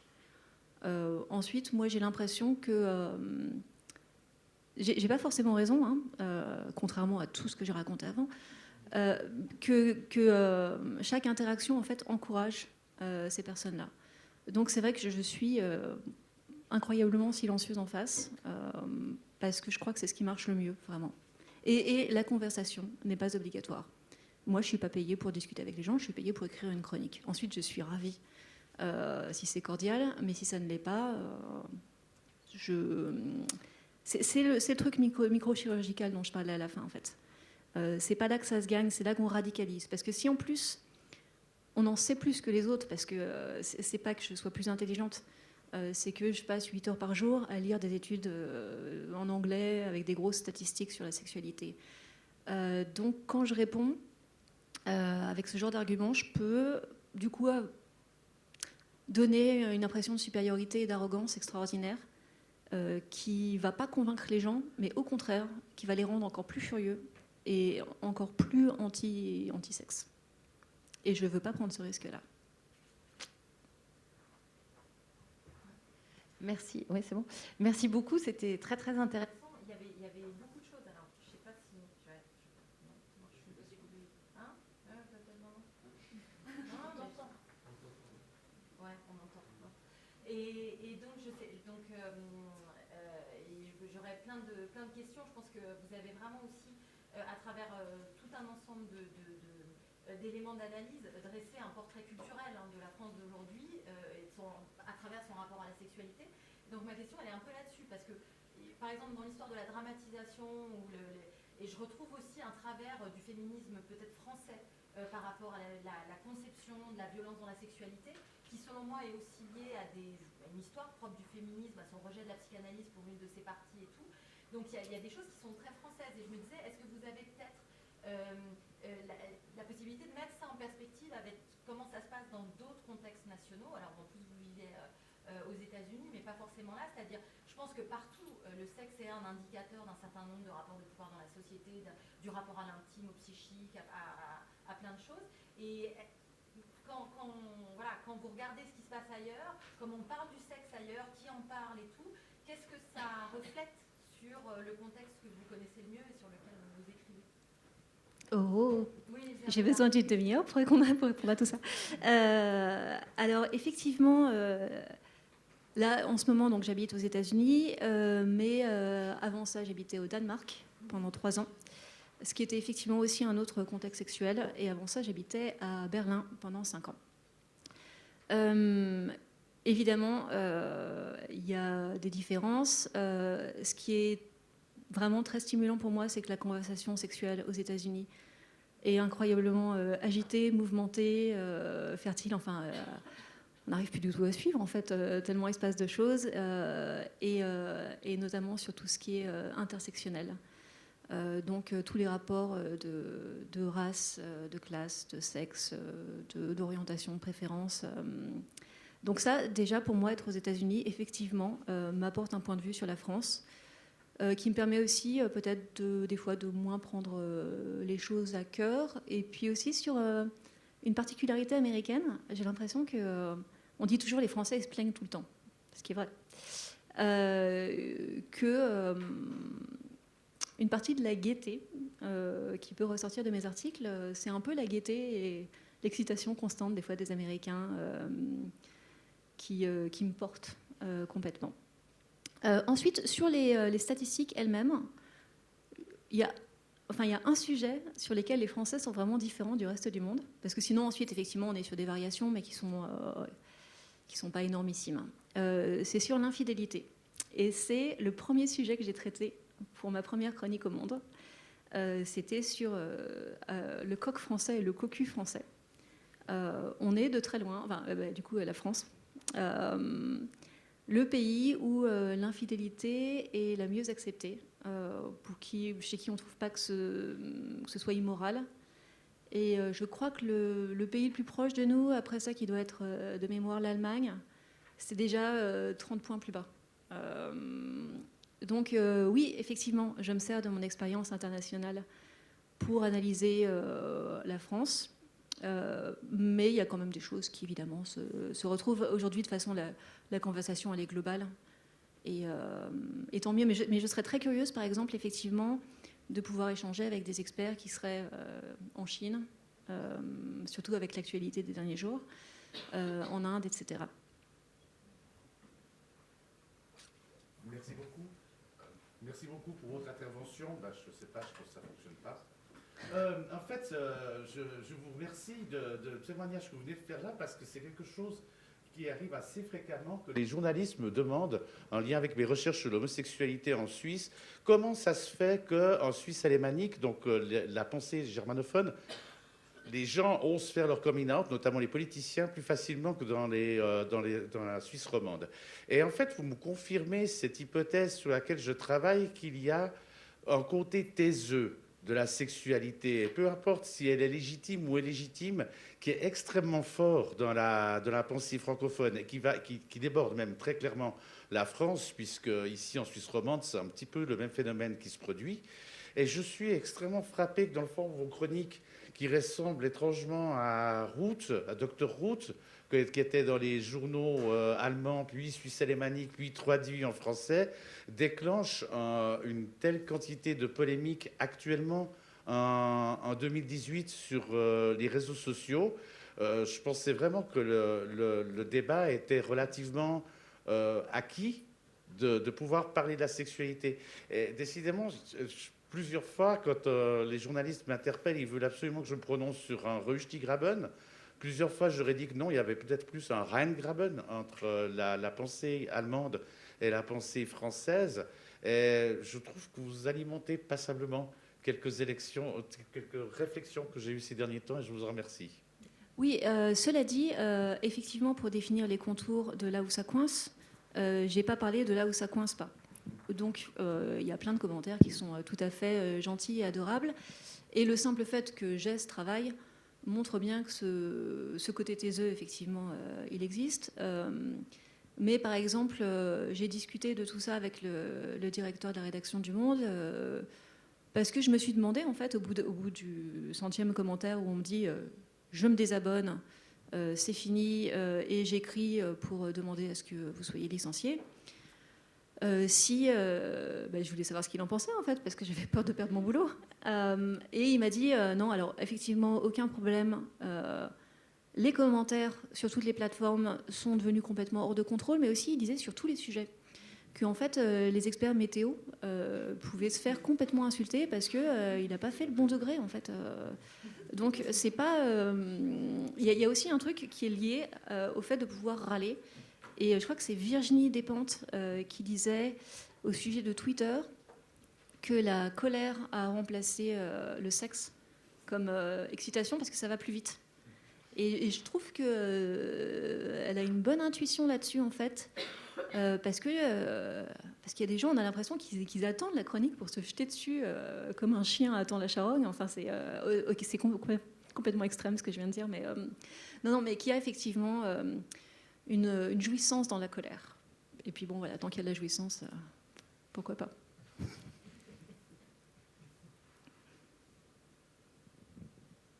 Allez, dévouez-vous. Ah. Non, mais il marche. Quand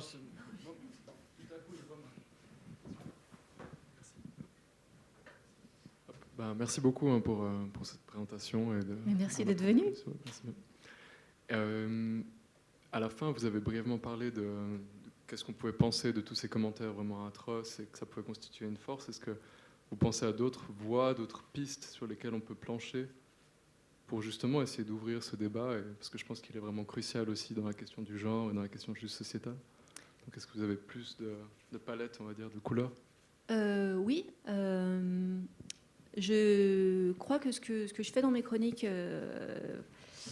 C'est un premier pas, mais c'est pas ça qui va vraiment faire bouger les choses. Je crois que ça fait bouger une mécanique qui fait bouger d'autres choses derrière. Mais le discours un peu intello, il a ses limites dans le public et aussi dans le fait qu'à un moment, il faut aussi que ça prenne les gens aux tripes. Et moi, j'ai l'impression que ça se gagne dans la fiction et pas dans la non-fiction. C'est-à-dire que j'espère qu'avec mes chroniques, les gens qui font des enfants ou qui élèvent des enfants aujourd'hui vont les éduquer de manière un peu plus horizontale par rapport au genre, au sexe, aux pratiques. Et que ces enfants-là qui deviendront à un moment des artistes ou qui deviendront des consommateurs de culture vont être incroyablement intéressés par les personnages qui sortent des normes, qu'ils vont s'identifier, que ça va passer par une forme d'exemplarité qui, à mon avis, passe pas tant par le réel que par la fiction. Parce que quand on est ado, je trouve qu'on se construit beaucoup par rapport à la fiction. Donc mon plan secret, c'est d'influencer les artistes, c'est d'influencer les musiciens, les cinéastes, les gens qui font du jeu vidéo.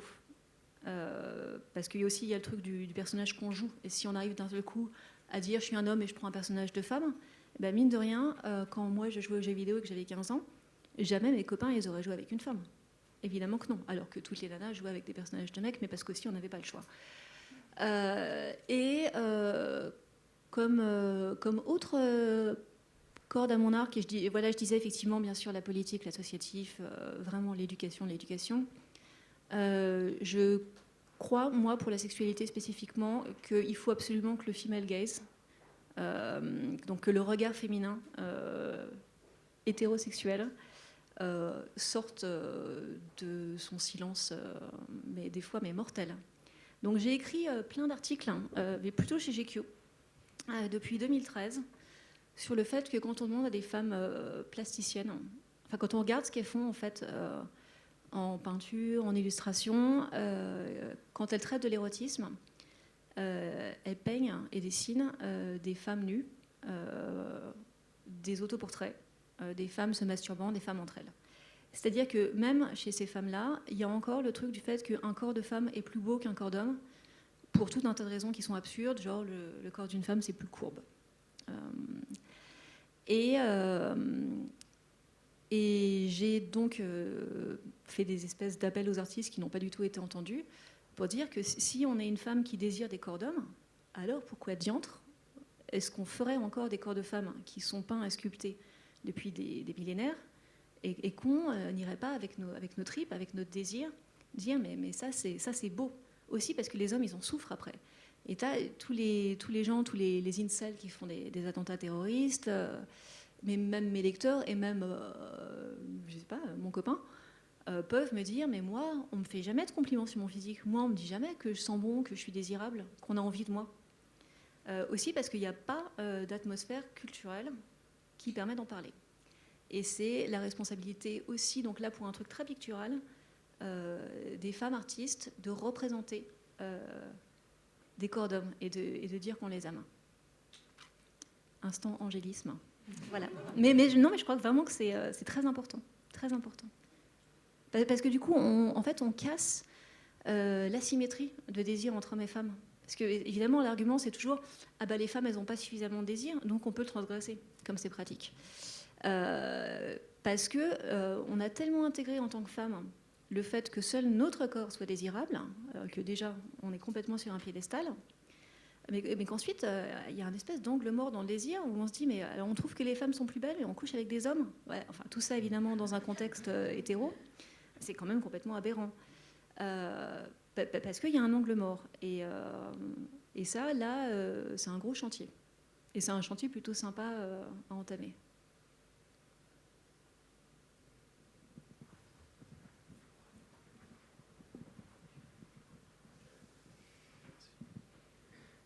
Bonjour, merci encore pour votre présentation. Je pense que c'est des débats qu'on aborde que très rarement dans un tel contexte.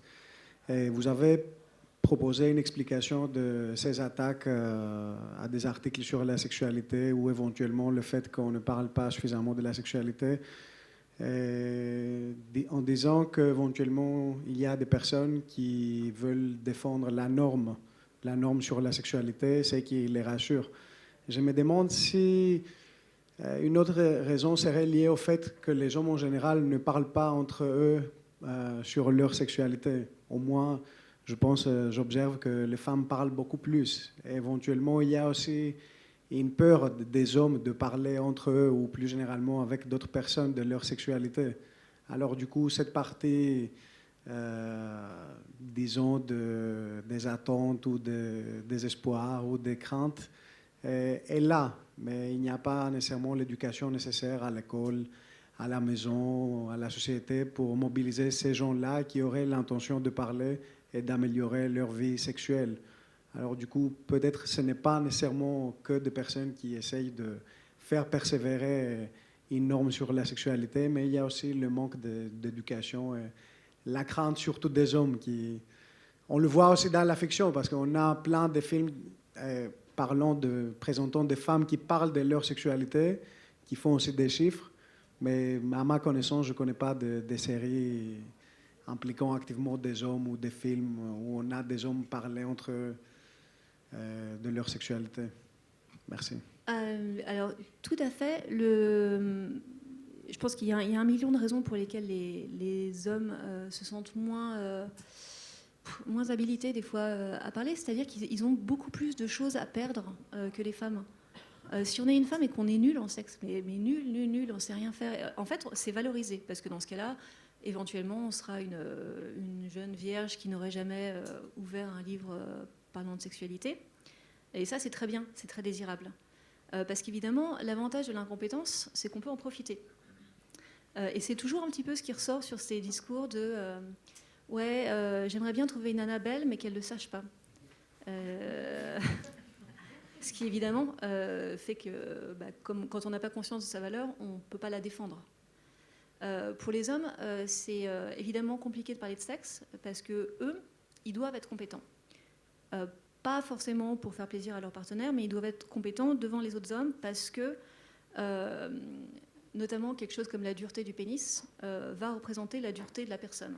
Et il y a encore cet imaginaire du fait qu'un vrai homme, d'un point de vue un petit peu militaire, quelque part, c'est un homme solide, c'est un homme qui peut se transformer en arme. C'est quelque chose d'aussi très, très mortifère, parce que quand on est solide tout le temps, c'est qu'on est mort. Et donc, les réticences des hommes à parler de ça entre eux, c'est aussi parce qu'ils se disent mais si jamais je perds mon statut, et du coup c'est très grave. Et effectivement, ils ont quelque chose à y perdre. Mais j'ai l'impression d'entendre de plus en plus d'hommes qui n'ont plus envie en fait de jouer cette espèce de baratin-là entre hommes, cette espèce d'infini concours, de hiérarchie, qui en plus bénéficie à une portion très très réduite d'hommes. C'est-à-dire que, je dis effectivement, voilà, il y a des dominants, mais dans les dominants, évidemment, il y a une toute petite partie où, à la rigueur, les personnes qui bénéficient du système sexuel, c'est quasiment de la royauté, c'est 1%. On est encore en fait dans un imaginaire du harem où c'est pas, il y a le même nombre d'hommes, de femmes, et chacun trouve sa chacune. L'idéal, c'est il y en a un qui rafle tout et qui prend tout aux autres. Et c'est aussi un truc capitaliste du coup.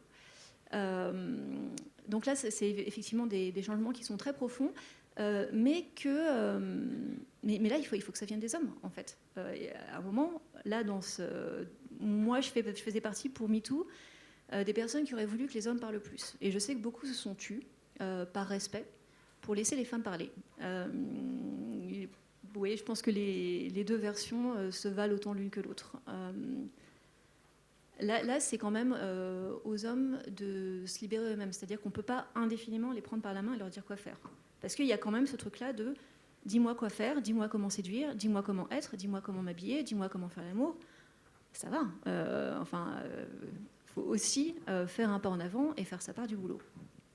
Je crois qu'il y a suffisamment d'hommes aujourd'hui qui ont envie de faire changer les choses et qui voient bien que c'est favorable à une très petite minorité, qui pourraient se rassembler. Et il y a en fait aux États-Unis un truc comme le Good Man Project, qui est une plateforme où les hommes progressistes peuvent discuter entre eux de comment être un amant et un papa, comment être sûr de jamais abuser, comment je ne sais pas comment réparer sa relation après une dispute ou des choses comme ça. Donc, moi, en fait, j'attends quelque part qu'il y ait une plateforme francophone qui se crée où les hommes de bonne volonté se mettraient ensemble et diraient mais évidemment qu'on en a marre. Et évidemment qu'en fait, on sera plus fort si on discute ensemble, si on monte des initiatives. Pourquoi est-ce que on est le 21, pourquoi est-ce que dans 3 jours, il y a la grande marche en France des femmes et que j'ai pas entendu un seul homme dire mais nous aussi évidemment on va marcher. Je vois pas d'association d'hommes qui spécifiquement viendrait dire pas juste je suis féministe ou je suis pas hétéro, je suis pas cisgenre, mais vraiment là il faut que les choses changent collectivement. Mais il y a un type par exemple qui fait des dessins qui s'appelle le Mexpliqueur, qui est un type féministe qui fait des trucs super, et je me dis lui par exemple peut-être qu'il pourrait fédérer un peu de la conversation. Sachant qu'évidemment, il reste une énorme partie de la population pour qui c'est un angle mort total. Et parmi les podcasts qui ont été créés plus ou moins récemment, alors il y en a un qui s'appelle Les couilles sur la table, qui est vraiment super, il faut absolument l'écouter, de chez Binge Audio.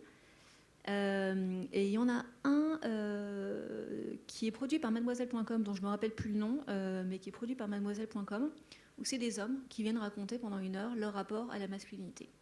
Il y a un épisode où ils ont fait venir des amis d'une des personnes qu'ils avaient interrogées et ils leur disaient alors quelle est la première fois que tu t'es senti homme, c'est quoi ton image de la virilité idéale, quels sont tes rapports avec ton père.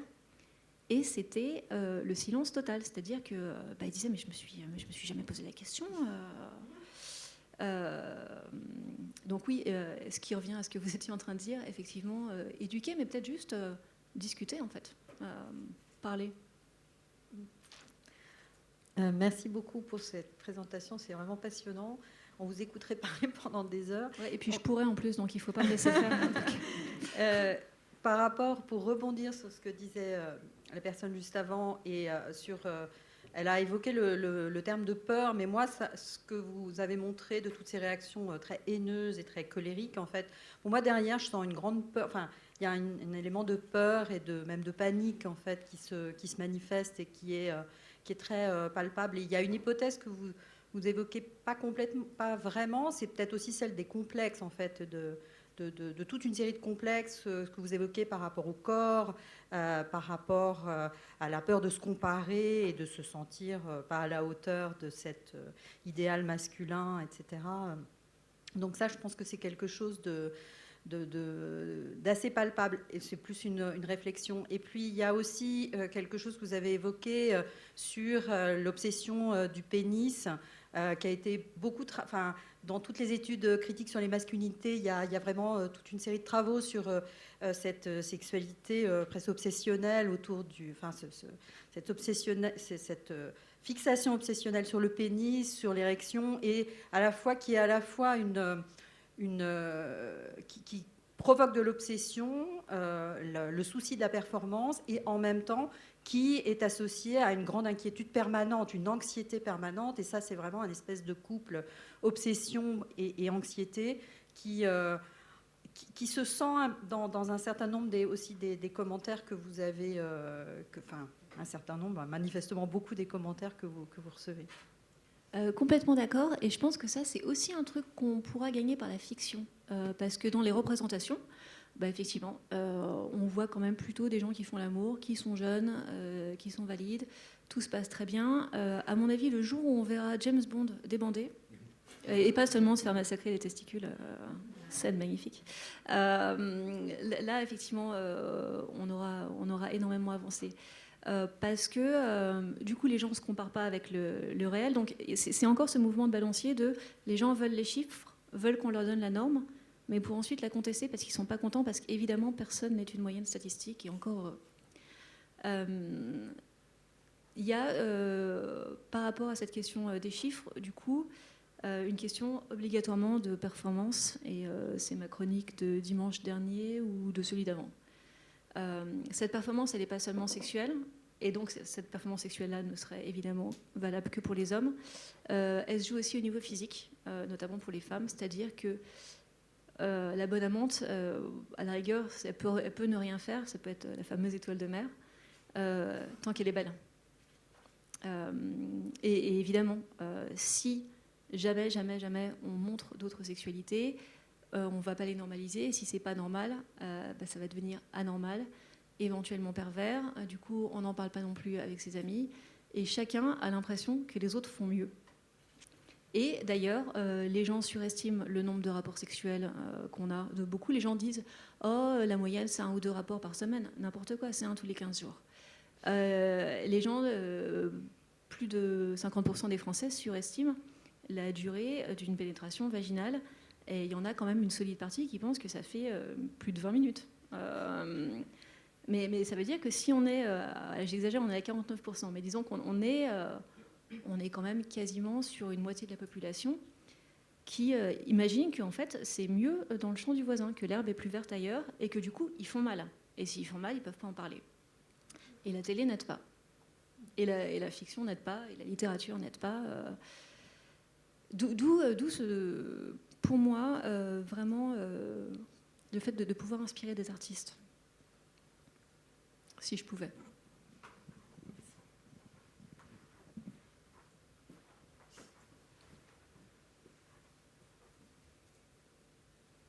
Sébastien, tu as une question pour moi? C'est une question que j'ai déjà posée dans les discussions préparatoires. Est-ce que ça t'est déjà arrivé de sécher sur un sujet? Et de combien de sujets disposes-tu à l'avance dans tes chroniques? J'aime bien quand tu appelles discussion préparatoire les bouteilles de vin qu'on a avalées hier.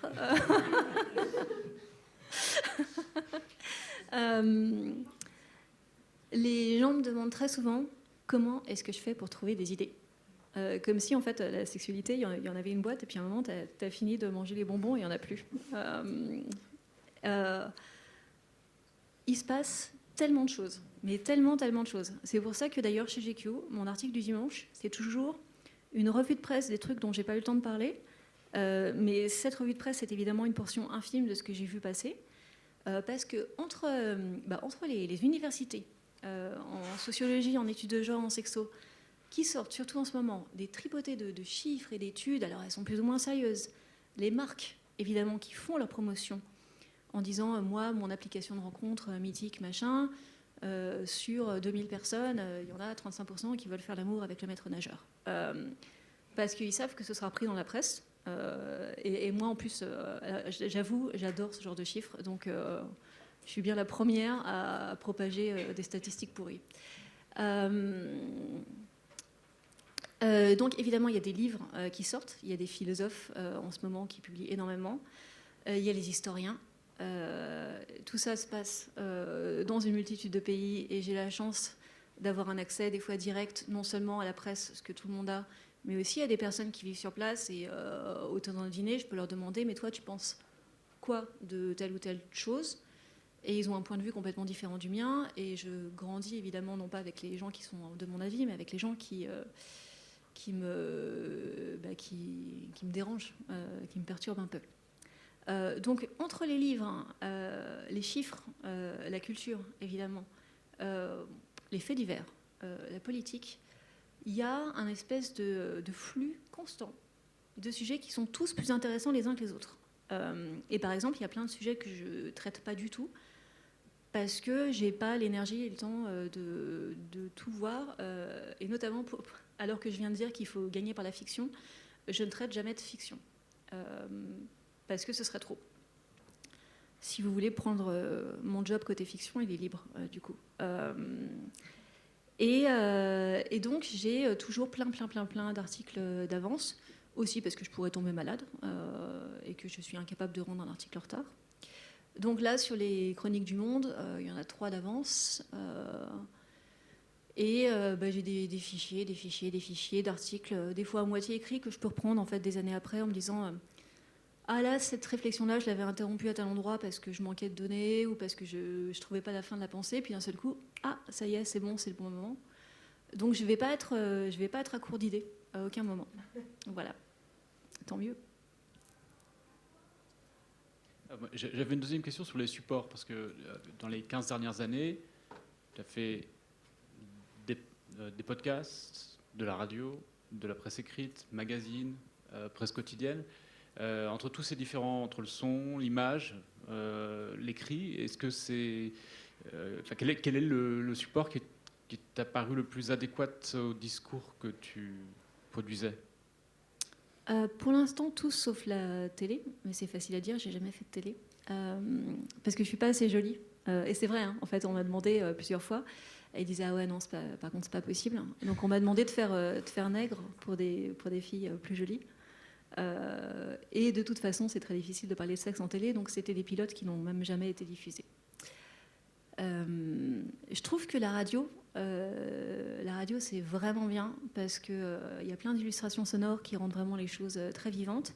Ensuite, moi personnellement, je consomme quasiment que de l'écrit parce que je peux passer à travers en fait, parce que je peux lire très vite et sauter des pages, ce qui est un peu moins facile en podcast ou en radio.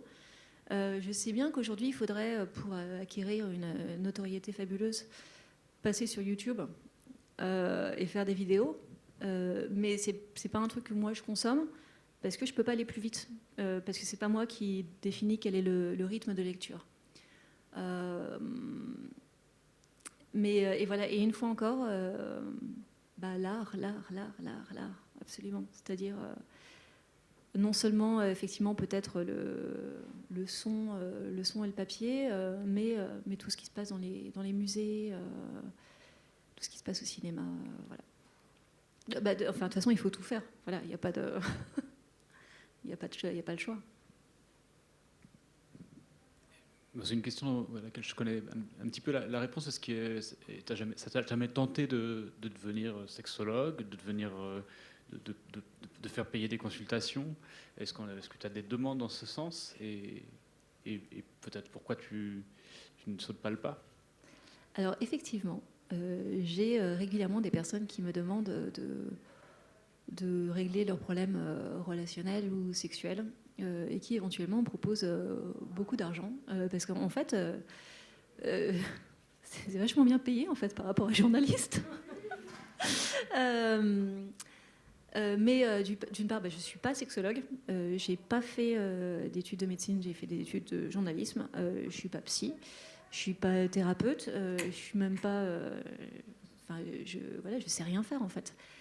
Donc déjà, j'aurais l'impression de faire du charlatanisme. Et ensuite, évidemment, les gens qui posent ce genre de questions sont dans un état de détresse à ce moment-là qui permet d'en abuser. D'ailleurs, quand on entend parler des cultes et des sectes, c'est assez fréquemment qu'on entend qu'il y a eu des abus sexuels parce que c'est juste trop facile. Et à un moment, on a l'impression que les gens, ils feraient n'importe quoi pour qu'en fait, on leur donne des réponses. Et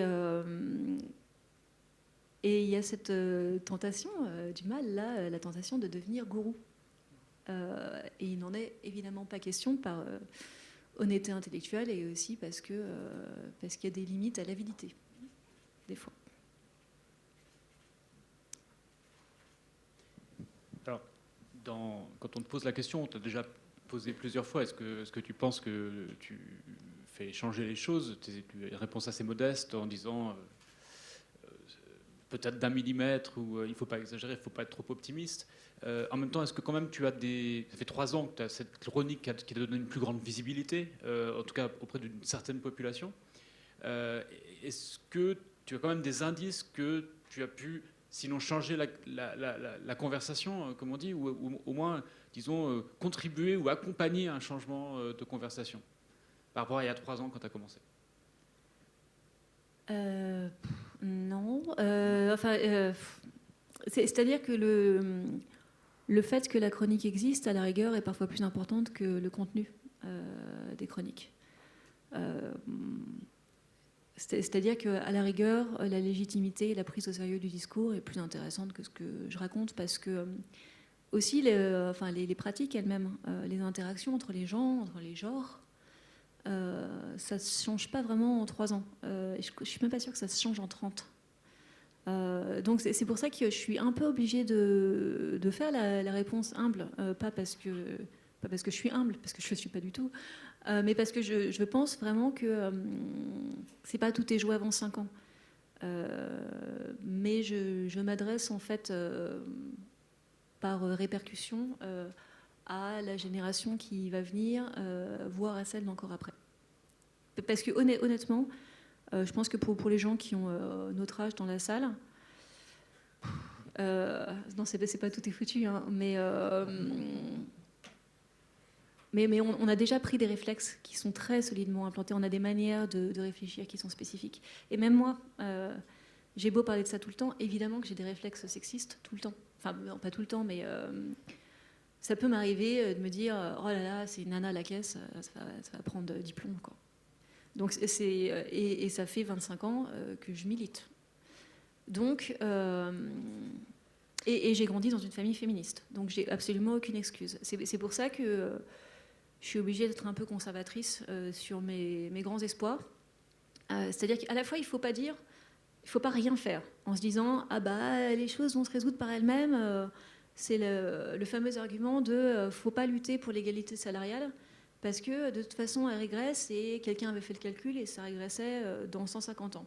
Et moi, je suis en vie tout de suite, donc j'ai envie que les choses changent tout de suite. Ensuite, réalistement, entre changer ce qui est et changer ce qui est en train d'être formé, il n'y a pas le même pouvoir d'action. Et comme j'ai envie d'avoir le plus de pouvoir d'action possible, avec gourmandise, je me projette plutôt sur, à la rigueur, des enfants et futurs adultes qui ne sont pas encore nés. On ne peut pas s'arrêter sur cette phrase.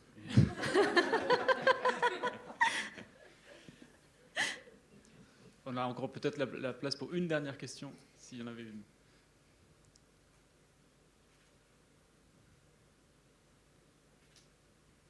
Bon, alors, ah si. Non, c'est juste, je peux le dire comme ça, mais juste à vous remercier. Je trouve que vous avez un courage que vous faites. Ah mais pas du tout. Alors là, pas du tout. C'est ce que je ressens. Merci beaucoup. Merci. Alors ça, on peut s'arrêter sur ça. Merci.